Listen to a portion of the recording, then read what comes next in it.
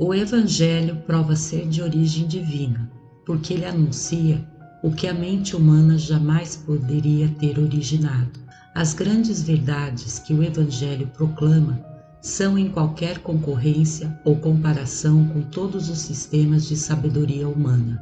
Proeminentemente, este é o caso com o Evangelho completo. Infelizmente, com poucas exceções, e na melhor das hipóteses, é um evangelho atenuado que tem sido pregado hoje.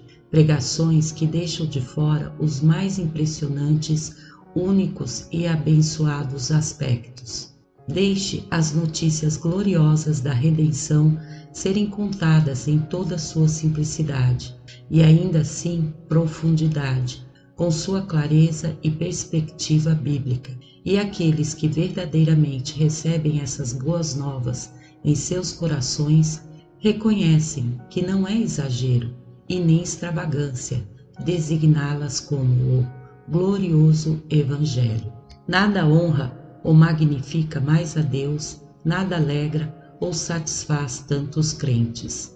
Aqui e ali nas Escrituras, o Espírito tem nos fornecido resumos da verdade evangélica, compreendendo no âmbito de um único verso os elementos essenciais de todo um plano e caminho da salvação.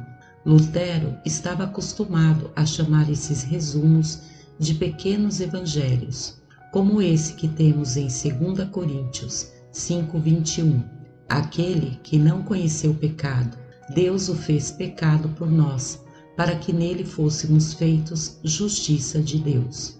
Este versículo apresenta em linguagem mais decisiva os sofrimentos vicários de Cristo, assim como a satisfação oferecida por ele, a justiça divina pelos pecados do seu povo, a imputação, a sua perfeita obediência aos crentes como título deles para a vida eterna e a verdadeira divindade dele, cuja justiça torna-se deles para a justificação em virtude de sua união com ele.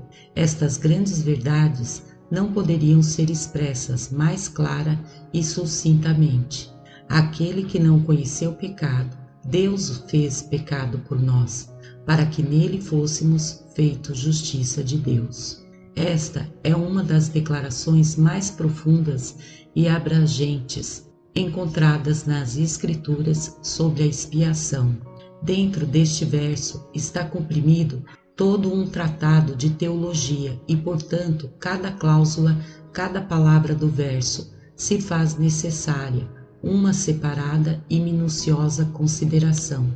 Enquanto consideramos estar muito solene, mas abençoada declaração, nós descobrimos que existem 3 coisas que são ditas nelas sobre Deus: o Pai, 3 afirmações sobre Deus Filho, na sua capacidade mediadora e 3 coisas sobre seu povo. Propomos então pegar os conteúdos dessa passagem nessa ordem.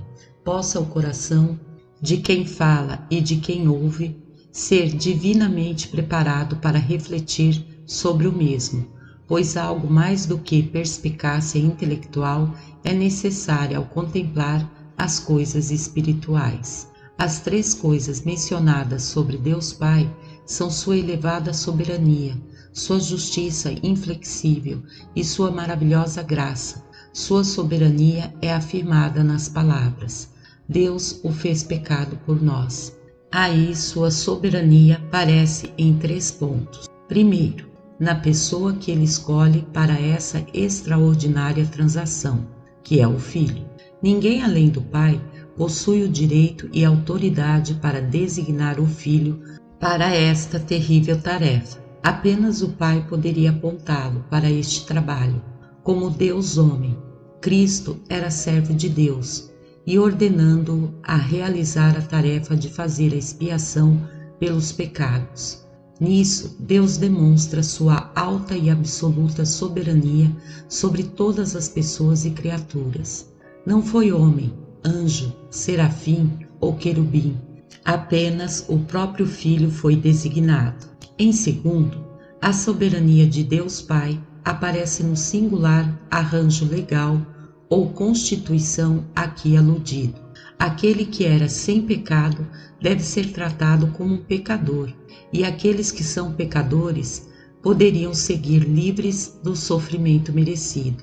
Ninguém além daquele que é absolutamente soberano sobre todos pode dispensar a lei de acordo com a sua própria boa vontade imperial. Terceiro, a soberania do Pai aparece naqueles que são selecionados para serem beneficiários desse arranjo sem igual. Cristo não foi feito pecado por todos da raça de Adão, pois não é toda a humanidade que é feita a justiça de Deus nele. Foi a soberania de Deus que elegeu pessoas que estariam eternamente em débito pela expiação feita por Cristo. Assim, toda a fundação dessa maravilhosa transação descansa na absoluta soberania do Pai sobre todas as pessoas e coisas, e diante dessa soberania nós devemos humilde e gratamente nos curvar. Em seguida, eis aqui a justiça inflexível de Deus. Em nenhum lugar as Escrituras afirmam que Deus estava sob qualquer compulsão ou necessidade moral de salvar o seu povo, como fez. Foi somente pelo seu soberano beneplácito que ele criou o método e os meios necessários revelados no Evangelho. Mas tendo ordenado que seu filho deveria ser nascido sobre a lei, então era imperativo que as ordenanças da lei deveriam ser completamente obedecidas. Foi para este fim que Deus mandou seu filho, para ser propiciação pelos pecados, para manifestar a sua justiça. Romanos 3:25. Assim, de uma maneira especial, sua justiça foi magnificada pela morte de Cristo. De fato, Deus não pôde agir contrário à sua própria perfeição, mas o exercício da sua justiça, misericórdia ou qualquer outro de seus atributos são regulamentados somente pela sua vontade. Temos que respeitar estritamente os termos exatos das Escrituras Sagradas. Não é que o culpado não pode ser inocentado, mas que ao culpado não tem por inocente. Êxodo 34:7. A maravilhosa graça do Pai manifestou-se com o objetivo ou desígnio dessa transação, ou seja, que seu povo seja libertado do pecado e feito justo diante dele. Note cuidadosamente que não está meramente escrito que Cristo foi feito pecado por nós, mas que Deus o fez pecado por nós. Assim, a graça da vítima não é mais notável do que daquele que forneceu o altar da redenção com o Cordeiro pré-ordenado. Apesar de Cristo ser amado pelo Pai, aquele em quem sua alma se compraz, Isaías 42:1. No entanto, pelo seu amor indizível pelo seu povo, Deus ordenou que ele fosse feito maldito por nós. Que graça maravilhosa de Deus, que conhecendo nossa condição miserável, se apiedou de nós e resolveu nos reconciliar com Ele mesmo. Por tal sacerdote e sacrifício como Cristo, se tornou e foi adequado para nós. Oh, que gratidão e louvores nós devemos a Ele. O Filho, aquele que não conheceu pecado, Deus o fez pecado por nós, para que nele fôssemos feitos justiça de Deus. 2 Coríntios 5:21. Este verso contém um breve resumo de todo o plano de salvação. Ele afirma o que Deus fez para a justificação do seu povo e, portanto, é de especial interesse como apresentar em forma concisa o testemunho do Espírito sobre este assunto tão importante. Cada palavra nele exige uma consideração à parte, consideração cuidadosa e sob orações, pois um entendimento errado de qualquer das duas cláusulas nos envolverá em fundamental e terrível erro. Por outro lado, se o Senhor se agradar em abrir este verso para nossa percepção espiritual, não poderemos deixar de ser preenchidos com admiração e louvor, com temor e fervorosa ação de graças. Temos observado que nossa passagem nos apresenta 3 fatores em relação a Deus Pai. E agora iremos perceber os 3 fatores que nela contém em relação ao Filho, que são sua pureza, seu sofrimento e seus méritos. Primeiro, sua inefável inocência. Ele não conheceu o pecado. A imaculada pureza de Cristo é o mais prazeroso tópico de meditação, vivendo como estamos em um mundo mau e assediados pela iniquidade que ainda habita em nós. 3. Inspiradas declarações precisam ser particularmente pesadas nessa conexão. Não há pecado nele. 1 João 3,5. O qual não cometeu pecado. 1 Pedro 2,22. Não conhecia pecado. Cristo era o Cordeiro de Deus, sem defeito e sem mácula. Como tal, era santo, inofensivo, imaculado, separado dos pecadores. Hebreus 7,26. Pela sua milagrosa concepção, o Senhor Jesus foi isento do contágio do pecado original, que contamina todo descendente caído de Adão. Para Maria foi dito: o Espírito Santo virá sobre ti e o poder do Altíssimo a cobrirá com a sua sombra. Por isso, aquele que de ti há de nascer será chamado Santo, Filho de Deus. Lucas 1,35. A pureza de Cristo era imaculada, impecável, imutável. Ele estava livre de qualquer transgressão, embora o mais ardente dos dardos inflamados do diabo fora atirado nele. Ainda assim, não havia o menor defeito em sua santidade. Porque vem o príncipe deste mundo, e ele nada tem em mim. João 14,30. Mesmo sendo submetido a grandes indignidades e fortes provocações, ainda assim ele não cometeu pecado, e nem dolo algum foi achado em sua boca. Aos seus piores inimigos ele lançou o desafio: quem de vocês me convence do pecado? João 8,46. Mas esta expressão, não conhecia pecado, vai ainda mais além do que as que observamos acima, porque ela transmite muito mais do que a mera asserção de que Cristo não tinha pecado. Ele coloca Cristo a uma maior distância possível do pecado, a enfática asserção de que ele não conhecia pecado apenas pode ser corretamente entendida enquanto a equilibramos com a cláusula oposta, para que nele fôssemos feitos justiça de Deus. Agora nós conhecemos a justiça apenas como algo que é inteiramente estranha à nossa natureza como criaturas caídas, e não temos nenhuma apreensão subjetiva até sermos justificados pela fé. Da mesma maneira, Cristo conhecia pecado apenas como algo que era absolutamente estranho à sua natureza, como algo à parte de si, como algo que ele, como santo, abominou completamente e do qual ele não tinha nenhuma consciência subjetiva, até que nossos pecados foram colocados sobre ele. Os sofrimentos incalculáveis de Cristo estão aqui resumidos nas palavras: Deus o fez pecado por nós, o que é uma expressão abrangente, incluindo a totalidade do que Cristo foi chamado para suportar enquanto fazia expiação pelo seu povo.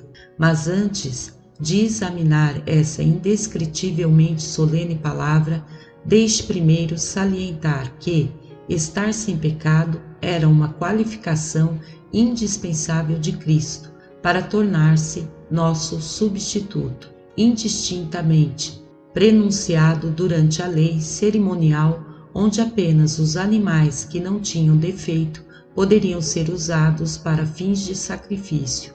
Nosso sumo sacerdote tinha que ser inteiramente sem qualquer pecado pessoal, a fim de oferecer um sacrifício imaculado para satisfazer a justiça de Deus e alcançar seu favor. Segundo, também deve ser claramente entendido que, sendo feito pecado por nós, a imaculada natureza do Redentor não mudou. nem a santidade da sua pessoa foi manchada ao menor grau.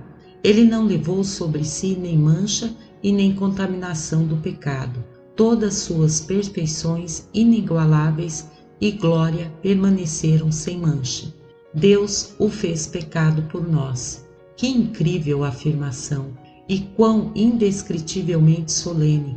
Quem, com o temor de Deus no coração, ousaria fazer tal predicação se a veracidade dela não estivesse assegurada pelas sagradas Escrituras, que o santo deveria ser feito pecado?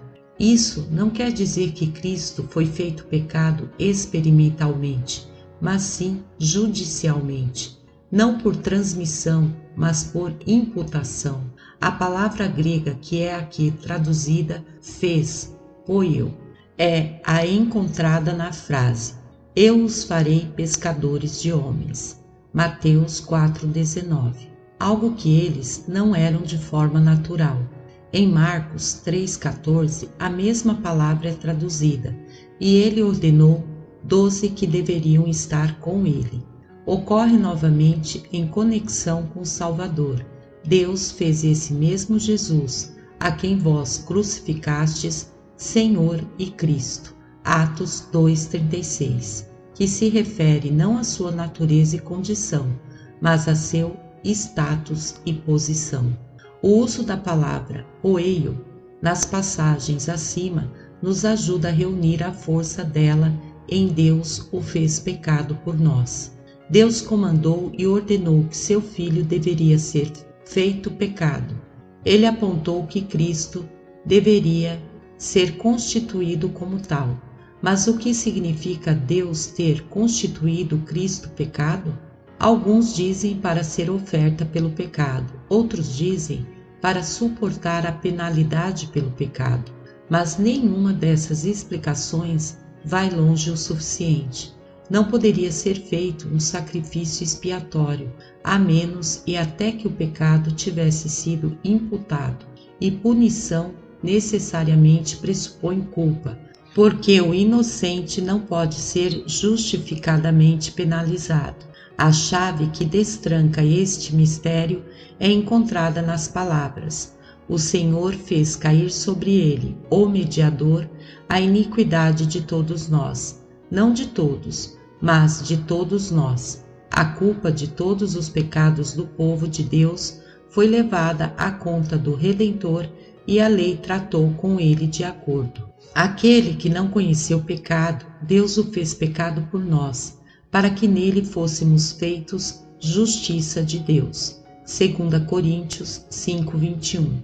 Com prazer, demoraríamos e procuraríamos extrair deste versículo algo notável de sua doçura inexprimível, para que possamos ser mais firmemente estabelecidos na fé e que nossas almas possam ser nutridas desse modo. Mas como requerido do povo de Deus no passado que comessem o cordeiro pascal com ervas amargas, então somos chamados a considerar seriamente o temível preço que teve que ser pago pela nossa salvação, pois a redenção da sua é caríssima ou dispendiosa. Salmo 49:8. Tão infinitamente dispendiosa que o santo foi feito pecado por nós. Esta foi uma transação divina, profundamente misteriosa, mas uma que deve ser recebida pela fé. Encontra-se no âmago do Evangelho, e nossa paz depende em grande parte de um entendimento correto do mesmo. É apenas diligentemente comparando passagem com passagem e permitindo que as Escrituras interpretem as Escrituras que seremos preservados de erro grave neste ponto vital. Primeiro, então, nos voltamos para o grande tipo desta transação única. No dia anual de expiação, nos foi dito que, havendo, pois, acabado de fazer expiação pelo santuário e pela tenda da congregação e pelo altar, então fará chegar o bode vivo, e Arão porá ambas as suas mãos sobre a cabeça do bode vivo, e sobre ele confessará todas as iniquidades dos filhos de Israel, e todas as suas transgressões e todos os seus pecados, e os porá sobre a cabeça do bode, e enviá-lo-á ao deserto. Levítico 16, 21 a 22. Havia nesta figura uma real transferência de todas as iniquidades do povo de Deus para a cabeça da vítima. Da mesma forma, somos informados que o Senhor fez cair sobre ele o pecado de todos nós. Isaías 53, 6. E, portanto, o apóstolo declara de Cristo, ele mesmo em seu corpo, os nossos pecados sobre o madeiro. 1 Pedro 2, 24. Dizer que Cristo, sendo feito pecado por nós, quer dizer que Deus o apontou para ser oferta pelo pecado em nosso lugar. Não vai longe o suficiente. Não poderia ser feito como um sacrifício expiatório, a menos e até que o pecado tivesse sido imputado a ele.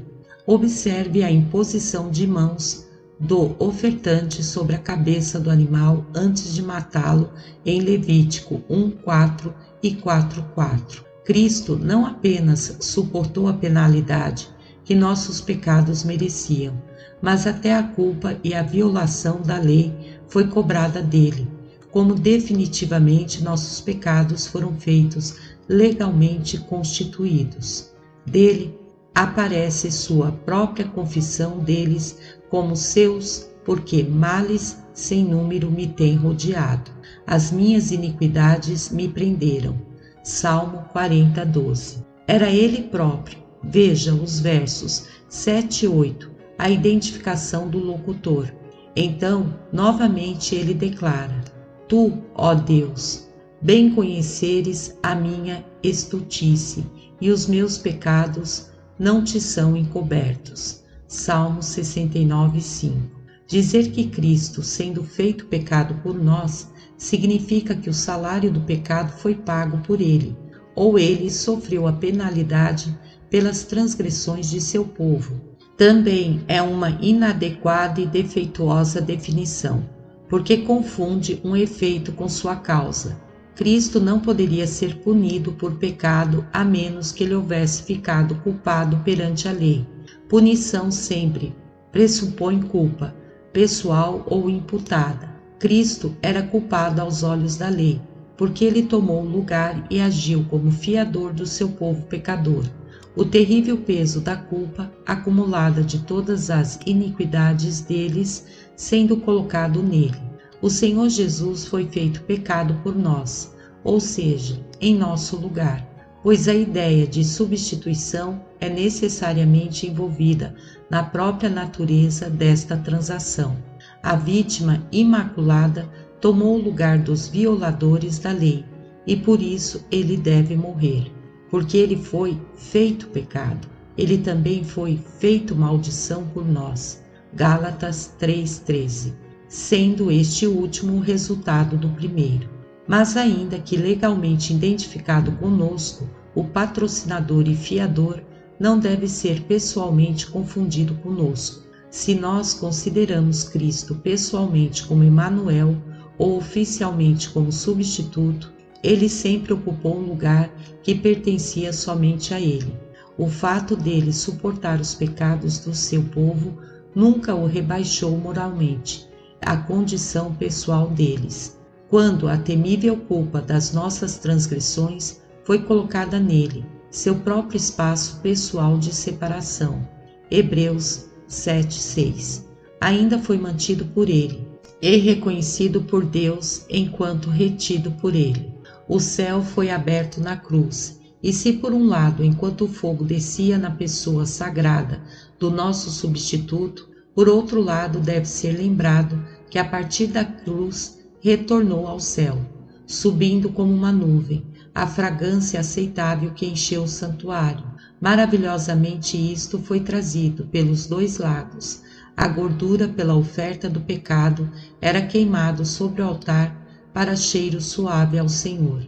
Levítico 4:31. Enquanto o doce incenso era empregado no dia da expiação. Levítico 16, 12 e 13. O máximo de cuidado deve ser usado por nós quando meditamos sobre esse mistério solene e sagrado. Embora aprove Deus fazer o inocente pecado por nós, ainda assim, longe da glória de Cristo ser manchada assim. Isto foi reforçado, ainda que suportando nossos pecados sem seu próprio corpo no madeiro. Foi o santo que os suportou, sua pureza pessoal sem mancha, sua natureza imaculada, não contaminada. Isto se manifesta em outro, um dos mais belos de todos os tipos, a saber, o véu. O véu que no tabernáculo separava o lugar santo dos santos. Era o emblema nomeado da humanidade do nosso Salvador, a sua carne. Hebreus 10, 20. Foi proeminentemente associado à sua morte, pois foi rasgado por Deus de cima para baixo. Mateus 27, 51. Quão abençoado, então, ver que a base desse véu era de linho branco puro e que essa base foi exibido por Cristo na vida e na morte da mesma forma, o celestial azul, assim como o púrpura e escarlate. Êxodo 26, 31. Resta-nos agora adicionar uma breve palavra sobre os méritos de Cristo. O Senhor Jesus não apenas era isento do pecado original e livre de toda transgressão pessoal, mas ele era perfeitamente conformado com a vontade de Deus, tanto no coração e na vida, rendendo completa e perpétua obediência à sua lei em pensamento, palavra e ação. E sua obediência, que glorifica a Deus, merecia uma recompensa. Agora, a perfeita obediência que Cristo rendeu à lei foi vicária, sendo realizada no lugar e em favor de seu povo. Consequentemente, enquanto a morte se torna a porção do substituto, vida eterna certamente se torna a porção de todo aquele que ele representou. Cristo foi feito pecado por nós, para que pudéssemos ser feitos a justiça de Deus nele. O povo de Deus. Aquele que não conheceu pecado, Deus o fez pecado por nós, para que nele fôssemos feitos justiça de Deus. 2 Coríntios 5, 21. Resta-nos notar agora 3 coisas sobre o povo de Deus: sua culpa, sua libertação e sua justiça. Primeiro, nossa criminalidade. Foi porque estávamos sob a maldição da lei que o Santo de Deus foi feito pecado por nós. É aí que podemos perceber os deméritos terríveis de nosso caso. Um remédio tão drástico e caro faz inequivocadamente evidente e desesperança de nossa condição por natureza. Nós aprendemos melhor como Deus avalia o pecado pela forma que ele paga por ele. Em nenhum lugar a sua pecaminosidade é tão evidente quanto na cruz. Percepções defeituosas da expiação necessariamente resultam em pouca consideração sobre o pecado. Ao contrário, nada é tão calculado para nos humilhar por nossa vileza quanto a contemplação pela fé de Cristo, sendo feito maldição por nós. Segundo, nossa libertação era algo que estava totalmente além das nossas próprias forças. Era impossível que pudéssemos desfazer o passado, igualmente impossível que nós pudéssemos oferecer a Deus uma satisfação pelas nossas incontáveis transgressões. Não poderíamos mais mudar a nossa natureza caída como o etíope não pode mudar a cor de sua pele. Criar um mundo não seria menos impraticável do que uma criatura depravada produzir frutos de santidade. Até onde estávamos envolvidos, nosso caso era totalmente sem esperança, a não ser que a misericórdia divina tenha piedade de nós. Devemos inevitavelmente perecer. Essa misericórdia tomou não a forma de um comando arbitrário, nem simplesmente do poder invencível, mas ordenando que ninguém menos do que o Filho de Deus deve tornar-se homem, tomar nosso lugar, assumir nossas responsabilidades e pagar as nossas dívidas. Foi pelos sofrimentos de Cristo que fomos eternamente libertos da condenação. Terceiro, nossa justiça. Aqui é bem-aventurança e glória do Evangelho da graça de Deus, que nós, que somos totalmente desprovidos de justiça, que somos positivamente injustos, culpados, sim, cujas melhores obras são trapos de imundícia, na visão do céu, nos tornamos a justiça de Deus nele. Observe bem esta palavra nele, e não em nós mesmos, para referir-se não à santificação, mas à nossa justificação. Não é o nosso estado, mas a nossa posição diante do trono divino. Justiça, aqui deve ser tomada em seu sentido forense, e não como se referindo a qualquer mudança moral, para a base de nossa aceitação, e não a qualquer disposição da mente ou coração operada em nós pelo Espírito. O resumo é usado como o propósito de enfatizar. Não é que somos meramente aceitos como justos, mas o próprio fundamento sobre o qual ele repousa é afirmado. Nós nos tornamos justiça em si. É de vital importância que tenhamos um correto conceito escriturístico dessa verdade fundamental. O crente se torna justiça somente por imputação, assim como Cristo foi feito pecado, somente por imputação. É verdade que há consequências inseparáveis em cada instância, pois, assim como o fato de Cristo ser feito pecado o levou a ser tratado em conformidade, então nós ao sermos feitos justiça, judicialmente implica na obra santificadora do Espírito em nós experimentalmente. Mas nosso texto não está tratando dos efeitos em ambos os casos, mas vai imediatamente atrás da causa fundamental, precisamente na mesma forma que Cristo foi feito pecado por nós, a saber, por Deus imputar a Ele toda a culpa de nossas iniquidades, assim como nos tornamos a justiça de Deus nele, a saber, por Deus imputar a nós todos os méritos de Cristo ao magnificar a lei pela obediência.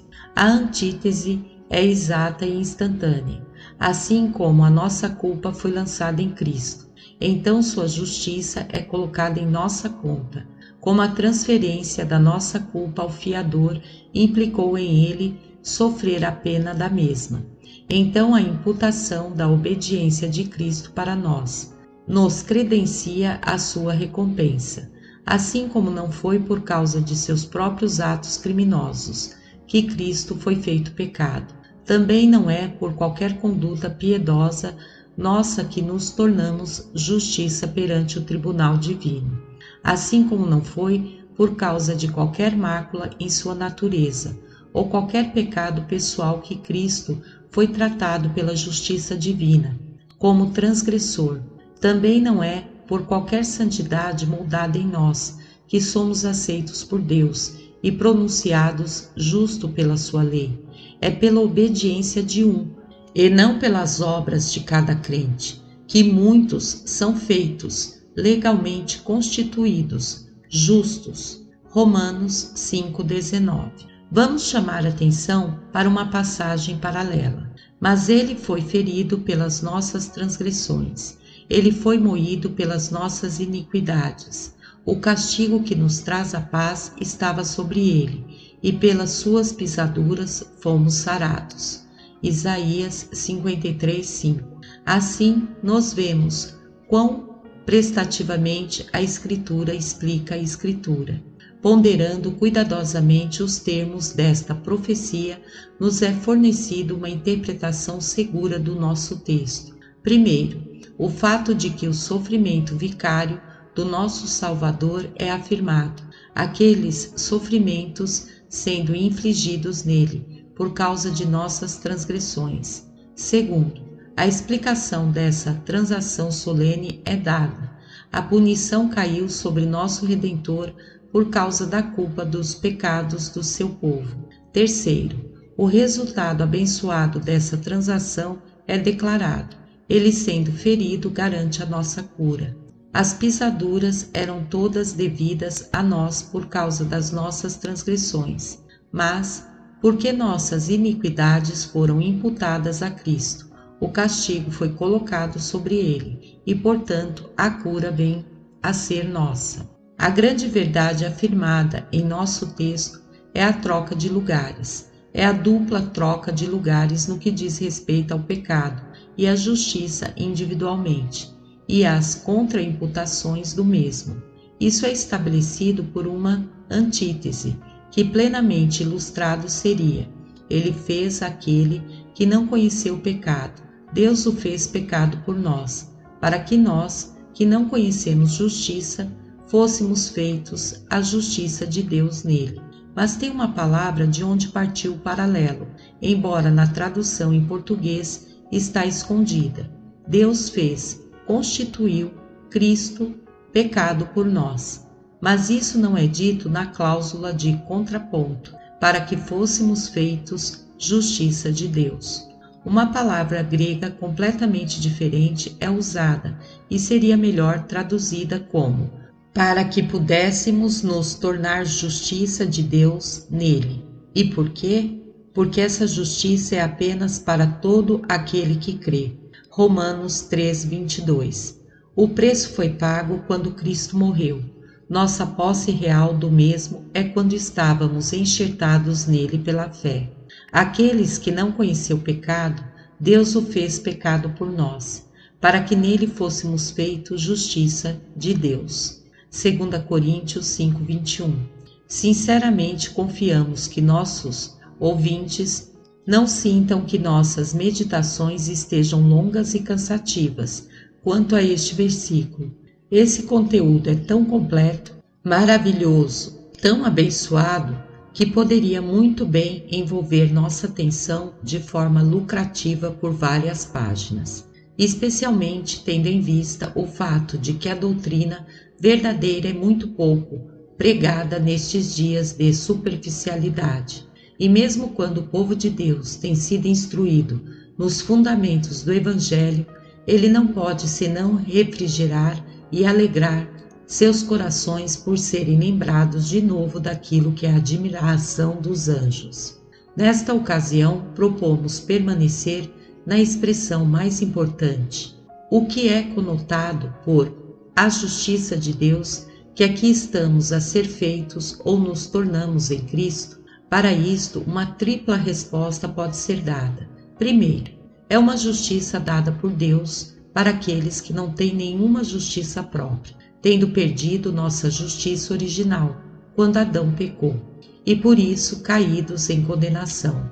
Deus, da plenitude da sua graça, providenciou uma justiça de acordo com todos os requisitos de sua lei e garantiu nossa salvação, que após a nossa crença é colocada em nossa conta, que em consequência ficamos absolvidos de toda a culpa e nos é dada a recompensa da vida eterna.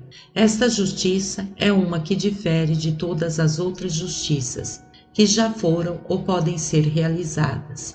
Ela difere inteiramente da justiça de homens e anjos, porque não é justa de criaturas, mas do Criador. Eu, o Senhor, a criei. Isaías 45:8. É, portanto, uma divina e infinitamente excelente justiça. Segundo, é uma justiça efetuada por Deus. O Pai a criou através do Filho, da mesma forma que pelo Filho ele criou o universo. Colossenses 1:16. E isto porque o Filho é um com ele, e por isso lemos sobre a justiça de Deus e Salvador Jesus Cristo. 2 Pedro 1:11. Antigamente, Deus declarou: faço chegar minha justiça e não estará ao longe, e a minha salvação não tardará.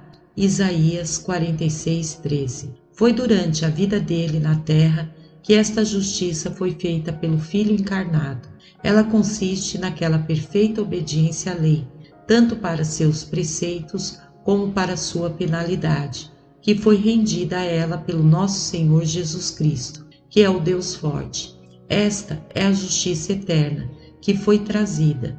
Daniel 9:24. Por ele, A obediência de Emanuel confere mais honra à lei do que a obediência de todas as criaturas racionais. Isaías 42, 21. E a obediência vicária que o Filho encarnado rendeu à lei, e portanto ele é o Senhor, justiça nossa. Jeremias 23, 6. Assim é a justiça de Deus, não apenas porque foi planejada por ele, mas também porque ela foi realmente realizada pelo mediador Deus-homem, no mesmo momento em que ele publicamente se dedicou a este trabalho, pelo qual ele veio aqui. Ele declarou: assim nos convém cumprir toda a justiça. Mateus 3,15. Embora essa impecável conformidade com a lei foi alcançada pelo Filho do Homem, assim ele rejeitou todo louvor pela mesma. O Pai que está em mim é que faz as obras. João 14:10. Esta abençoada confissão não apenas expressou a perfeição de sua natureza humana como obediente glorificador de seu Pai, mas também dá a entender que tudo o que ele fez também foi obra de Deus, porque esse homem tinha sido tomado em união pessoal com Deus, e por isso ele afirma: eu e o Pai somos um. João 10:30. Terceiro, essa é uma justiça aceita por Deus. Deus está satisfeito com a obediência que Cristo realizou no lugar de seu povo e sinalizou sua aprovação, trazendo dos mortos nosso fiador e sentando-o à sua direita nos céus. Ele recebeu essa justiça como um resgate perfeito para nós, pois é o preço que Cristo pagou para libertar seu povo de descer ao abismo da destruição eterna e pelo qual ele obteve para eles glória celestial e eterna. E essa obediência perfeita de Cristo é colocada na conta de todos aqueles que estão unidos a ele pela fé. É legalmente transferida a eles por divina imputação, como está escrito: a justiça de Deus sobre todos aqueles que creem. Romanos 3:22. Fé não é parte dessa justiça, mas é através da fé que ela é recebida e se torna disponível para a salvação. Fé é a crença do testemunho divino a respeito dessa justiça e confiança naquele que é o autor dela.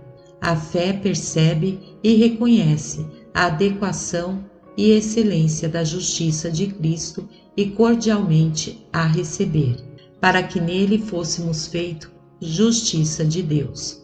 Mas antes de podermos ter o direito a alguma coisa em Cristo, devemos ser um com Ele, devemos ser unidos a Ele como nosso cabeça, estando mortos para a lei e casados com Ele. Essa união é realizada através da fé, então a justiça dele, que se torna nossa, desta maneira é chamada a justiça da fé. Romanos 4:13. E a justiça que vem de Deus pela fé, Filipenses 3:9, é chamada de justiça da fé, porque a fé é o único instrumento que aprove Deus fazer uso na aplicação da sua justiça. Estas grandiosas verdades são apresentadas à fé, pois é a própria natureza da fé buscar de seu glorioso objeto ao qual não possui em si mesma.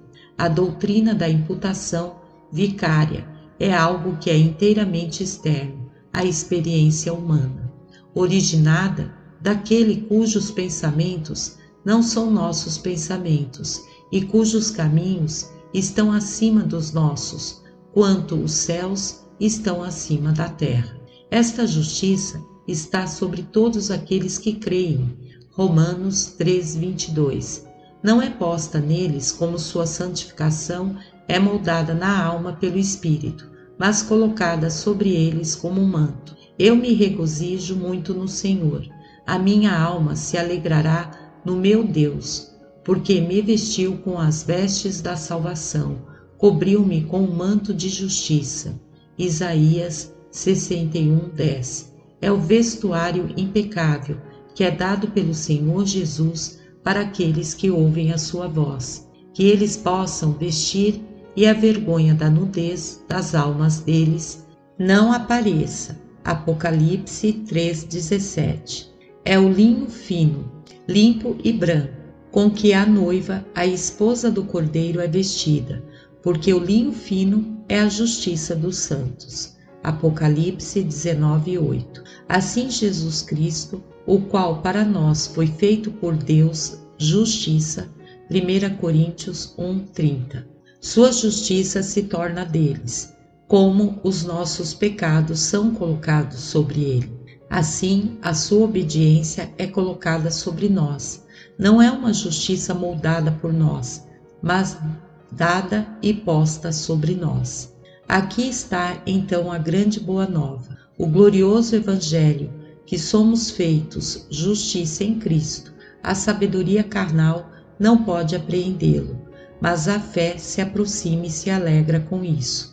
Isso embora seja contrário à razão humana, que a culpa deva ser transferida do injusto para o justo, e que a garantida justiça de Cristo deva ser imputada aos pecadores sem mérito. Mas a fé, de maneira submissa, aceita a verdade, e assim aprendemos a conhecer o amor daquele em quem temos crido. A justiça de Cristo é para onde o olho do crente para sempre está direcionado. Sobre essa justiça ele deve descansar, sobre essa justiça ele deve viver, sobre essa justiça ele deve morrer.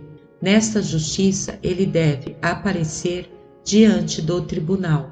Nesta justiça ele deve permanecer para sempre na presença do justo Deus.